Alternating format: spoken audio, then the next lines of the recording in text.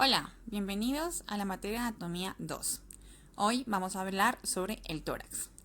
Como generalidades, encontramos que el tórax está en la porción superior del tronco. Tiene la forma de un cono truncado, con su base menor en la parte superior y su base inferior de mayor diámetro.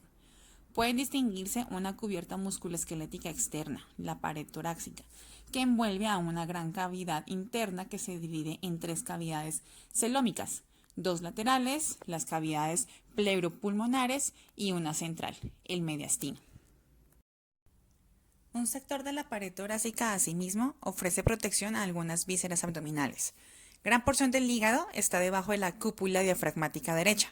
El estómago y el vaso se posicionan bajo el hemidiafragma izquierdo, y los polos renales se ubican inferiormente a dicho músculo, ventralmente a los arcos costales más abajo.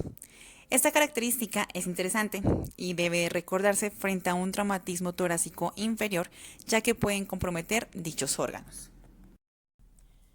El estrecho torácico superior es la puerta de entrada al tórax desde el cuello, limitado por el primer cuerpo vertebral posteriormente, el borde medial de la primera costilla lateralmente y el margen superior del hueso esternal anteriormente. En sentido caudal, la salida del tórax hacia la cavidad abdominal se produce a través del músculo diafragma insertado en la apertura inferior del tórax. Las márgenes del mismo se demarcan por la margen inferior de la duodécima vértebra dorsal, posteriormente, la duodécima y el extremo anterior de la undécima costilla lateralmente y el apéndice sifoides que se encuentran anteriormente. Esos límites marginales determinan que la cavidad torácica es más alta y más profunda en el sector posterior. El esqueleto óseo está formado por las costillas, el esternón y las vértebras dorsales. La escápula, con su musculatura anexa, no forma parte de la pared torácica, pero cubre una buena parte de la región posterior del mismo, y deben ser tenidos en cuenta al planificar un abordaje quirúrgico de dicho sector. Las costillas son 12 arcos óseos alargados que se articulan con el raquis torácico y se extienden en sentido ventral hasta la región torácica anterior. Su número puede incrementarse por la presencia de costillas cervicales o lumbares. Los 7 primeros arcos costales se conectan con el esternón por intermedio de sus respectivos cartílagos costales. A estas primeras 7 costillas se le conocen como las verdaderas. Las 5 restantes se le conocen como las falsas, pues no se unen al esternón a través de un cartílago costal propio. El cartílago de las costillas 8, 9 y 10 se fusionan entre sí formando un arco total al unirse a dicho hueso, mientras que la número 11 y 12 no lo alcanzan. Las partes blandas del tronco son conocidas como costillas flotantes. Una costilla presenta típicamente los siguientes rasgos morfológicos. Extremidad posterior o también llamado cabeza costal. Presentan dos superficies articulares separadas por una cresta. La cara articular superior va a ser más pequeña y corresponde a la faceta articular inferior del cuerpo vertebral suprayacente, mientras que la carilla articular inferior hace lo propio con la cara costal superior de su propia vértebra. El cuello. Es una zona plana y corta y se continúa hacia adelante con el tubérculo costal. El tubérculo costal es un engrosamiento localizado óseo, presenta una faceta articular orientada hacia abajo y atrás, por lo cual la costilla se apoya sobre la apófisis transversa de su propia vértebra. A partir de ese sector, el arco costal cambia su dirección orientándose hacia abajo y adelante para continuar con la diáfisis costal. Este cambio de dirección determina el ángulo costal posterior.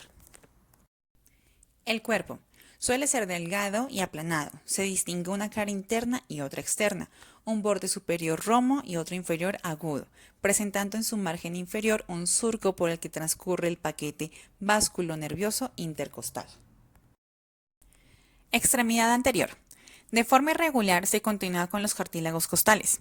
Existen diferencias entre las costillas. Mención especial merece el primer arco costal por su importancia quirúrgica. Es la más corta y ancha. Presenta una cara superior y otra inferior, y además dos bordes laterales. La cara superior tiene un relieve llamado tubérculo de Lisfranc para la inserción del músculo escaleno anterior. Detrás del tubérculo existe un surco por donde pasa la arteria y por delante la vena subclavia.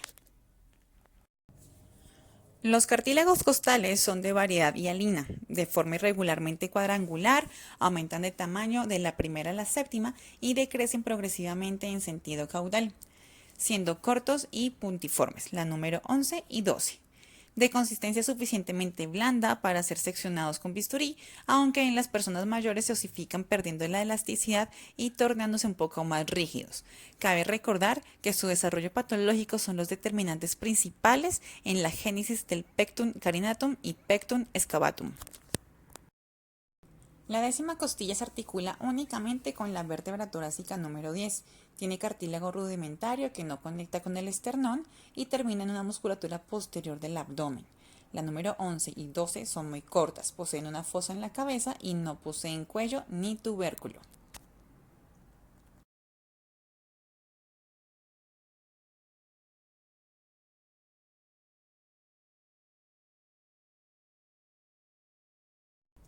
Recordemos que las costillas verdaderas van unido a un segmento óseo importante, y este es el esternón. Debido a su forma, ha sido comparado con una espada por los antiguos anatomistas. Presenta tres segmentos que se designan de arriba hacia abajo: el manubrio, el cuerpo y el apéndice sifoides. El manubrio es de forma cuboidea con 6 caras típicas. La superior presenta 3 fosetas, 2 laterales destinadas a alojar la carilla articular que interviene en la unión de las clavículas y una central denominada la escotadura yugular. Sus caras laterales contienen la carilla articular destinada al primer cartílago costal y la hemicarilla superior para la segunda costal, que permitirá interacción con las respectivas costillas. Es importante remarcar que el esternón presenta una gran irrigación proveniente de una red de vasos principalmente alimentados por ambas arterias mamarias internas. El empleo simultáneo de ambas arterias durante la cirugía de revascularización miocárdica aumenta la posibilidad de una necrosis del hueso. El borde superior external se proyecta a la altura del borde inferior del cuerpo de la segunda vértebra dorsal. La distancia entre ellos es de 5 centímetros aproximadamente y corresponde al diámetro anteroposterior de la abertura torácica superior. La unión del manubrio con el cuerpo determina una prominencia anterior que suele ser palpable y visible, el ángulo esternal o de Lois, constituyendo un excelente hito anatómico superficial, ya que permite palpar el segundo cartílago costal. Se ubica en el mismo plano que el cuerpo de la quinta vértebra dorsal. La unión del cuerpo y las sifoides se hallan en el plano de la novena y décima vértebra dorsal.